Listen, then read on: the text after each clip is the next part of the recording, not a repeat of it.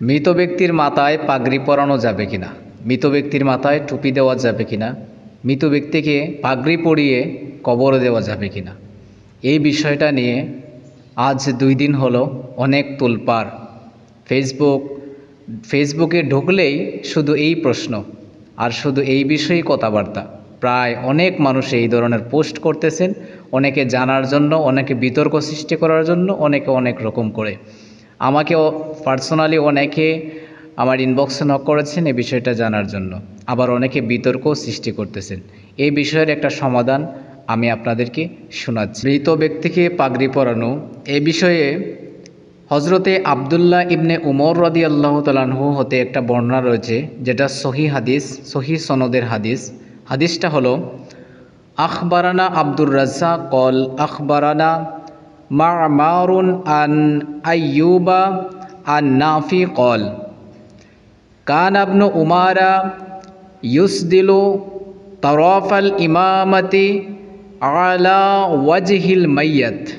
অর্থাৎ হজরত নাফে রাদিয়াল্লাহু তাআলা আনহু হতে বর্ণিত, হজরতে আবদুল্লাহ ইবনে উমর রাদিয়াল্লাহু তাআলা আনহু মৃত ব্যক্তির সামনের দিকের পাগড়ির এক প্রান্ত ঝুলিয়ে দিতেন। অর্থাৎ আবদুল্লাহ ইবনে উমর রাদিয়াল্লাহু তাআলা আনহু মৃত ব্যক্তির পাগড়ির এক প্রান্ত সামনের দিকে ঝুলিয়ে দিতেন। এই হাদিস দ্বারা স্পষ্ট বোঝা যায় যে সাহাবায়ে কেরামের যুগে এরা মৃত ব্যক্তির মাথার মধ্যে পাগড়ি পরাতেন। এই হাদিসটা রয়েছে মুসান্নাফে আব্দুর রাজ্জাক ৪র্থ খণ্ড ১৫৪ নং পৃষ্ঠা ৬৩৭৩ নং হাদিস। তারপরে আরেকটা সহি সনদের হাদিস হলো, ওয়ান ইবনে উমার আন্নাহু কাফানাবনাহু ওয়াকিদান ফি খামসাতি আসওয়াব খামিস ওয়া আমামা ওয়া সালাসা লিফাফ। অর্থাৎ আবদুল্লাহ ইবনে উমর রাদিয়াল্লাহু তাআলা আনহু থেকে বর্ণিত রয়েছে যে তিনি তার পুত্র ওয়াকিদকে 5টি কাপড়ে কাফন দিয়েছিলেন। তিনি ওনার পুত্র ওয়াকিদকে 5টা কাপড় দিয়ে কাফন দিয়েছিলেন। সেই 5টা কাপড় কি কি? 1 নাম্বার ছিল একটা খামিস অর্থাৎ জামা, 2 নাম্বার ছিল ওমামা অর্থাৎ পাগড়ি, তারপরে 3টা ছিল লিফাফা অর্থাৎ 3টা চাদর যাকে বলা হয়। এই হাদিসটা আল্লামা জাইনুদ্দিন ইরাকি রহমতুল্লাহি তাআলা আলাই তরহুত তাসবির এই কিতাবের মধ্যে উল্লেখ করেছেন। ফতোয়ায়ে শামির মধ্যে উল্লেখ রয়েছে, কল আল কুহিস্তানি ওয়া ইউস্তাহসানু লাফুল আমামা বি আমামা ইয়ামিনান ওয়া যাকারাল ইমামু সফার লাউ কুতিবা আলা জিহাতিল মাইয়িত আও আলা আমামাতিহি আও কাফিনিহি আহাদানামা তুরজা আন ইয়াগফিরুল্লাহু তাআলা লিল মাইয়িত ওয়া ইয়াজআলাহু আমিনাম মিন আযাবিল কবর।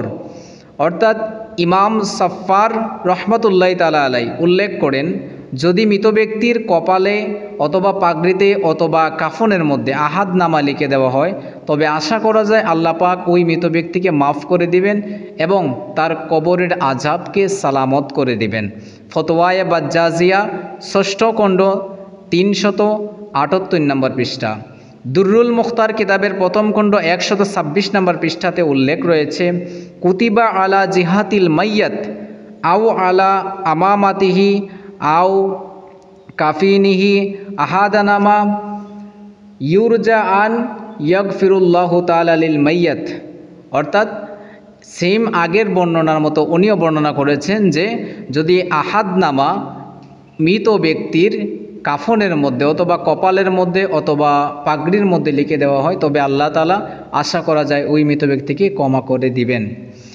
তানবীরুল আবহার এবং বাদায়েউস সানাই কিতাবের উল্লেখ রয়েছে ১ম খণ্ড ৩০২ নম্বর পৃষ্ঠাতে, ওয়া ইউআম্মামুল মাইয়াতু ইযা কানা মিন আহলিল ইলমি আও ইল কুরআনি আও মিম্মান ইউকাররামু ফি হায়াতিহি বিতামিম তাকরিমান লাহু ওয়ালা ইউআম্মামু গায়রুহু। অর্থাৎ মৃত ব্যক্তি যদি আলেম হন অথবা কোরআনের কারি হন অথবা এমন ব্যক্তি যাকে দুনিয়াতে জীবিত অবস্থায় পাগড়ি দিয়ে সম্মানিত করা হয়েছিল, এরকম ব্যক্তি যদি হন তবে তাকে সম্মান প্রদর্শনের জন্য মৃত্যুর পরে পাগড়ি পরানো যেতে পারে এবং এটা মুস্তাহাসান উত্তম কাজ এবং জায়েজ রয়েছে। এই বর্ণনাটা করেছেন ইমাম কাসানি রহমতুল্লাহ তাআলা আলাইহি, ওনার কিতাবের মধ্যে তিনি উল্লেখ করেছেন। উনি হানাফি মাযহাবের বিশ্ববরণ্য একজন আলেম ছিলেন এবং ফকি এবং মুফতি ছিলেন। অনেকে এরকম বলে যে এই সম্পর্কে তো বুখারী শরীফ, মুসলিম শরীফ, তিরমিজি শরীফে কোনো হাদিস নেই। বুখারী, মুসলিম, তিরমিজি অবশ্যই সহিহ হাদিসের কিতাব, কিন্তু এই তিনটা কিতাব ছাড়াও আরও অসংখ্য কিতাবে অসংখ্য সহিহ হাদিস বর্ণিত রয়েছে, যেগুলা বুখারী, মুসলিম এবং তিরমিজি শরীফে হাদিসগুলা নাই। অসংখ্য সহিহ হাদিস আরও অসংখ্য কিতাবের মধ্যে বর্ণিত রয়েছে।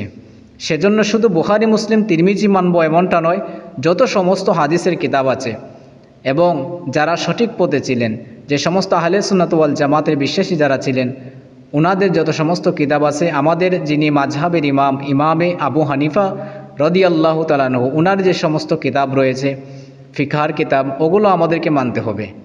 এবং উলামায়ে কেরাম যে মত দিয়েছেন আমাদের পূর্ববর্তী, ওই সমস্ত উলামায়ে কেরামদের মতামতও আমাদেরকে মানতে হবে। এখন এতগুলা দলিল দেওয়ার পরেও যারা মানবেন না, যারা এতগুলা দলিল শোনার পরেও যারা বুঝবেন না, আল্লাহ পাক আপনাদের জন্যই পবিত্র কোরআনের প্রথম পারার সূরাতুল বাকারার 7 নম্বর আয়াত আমার আল্লাহ নাজিল করেছেন, খতামাল্লাহু আলা কুলুবিহিম ওয়া আলা সামইহিম ওয়া আলা আবসারিহিম গিশাওয়াতু ওয়া লাহুম আযাবুন আযীম। আল্লাহ পাক তাদের অন্তরের মধ্যে মোহর মেরেছেন, যারা বুঝেও বুঝে না, দেখেও দেখে না, শুনেও শুনে না।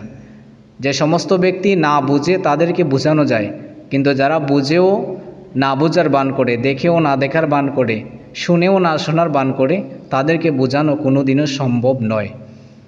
আমরা বলি না যে মৃত ব্যক্তির মাথার মধ্যে পাগড়ি পরানো ফরজ, সুন্নত অথবা ওয়াজিব কাজ অথবা সুন্নতে মুআক্কাদা। এটা হলো মুস্তাহাসান, কেউ যদি করে তবে সেটা ভালো। যদি কোনো আলেম মারা যায়, আলেমের মাথায় যদি পাগড়ি পরিয়ে তাকে দাফন করা হয়, সেটা ভালো, উত্তম কাজ। তবে কেউ যদি না করে, মৃত ব্যক্তিকে 3টা কাপড় দিয়েও যদি সে দাফন করে দেয়, তবে সুন্নত আদায় হয়ে গেল, দাফন হয়ে যাবে, সঠিক হয়ে যাবে। এখন যারা এই বিষয়টা দেখার পরে নাচানাচি করেছিলেন, যারা অতিরিক্ত বাড়াবাড়ি করেছিলেন, আপনাদেরকে বলবো আপনারা অতি শীঘ্রই তওবা করুন।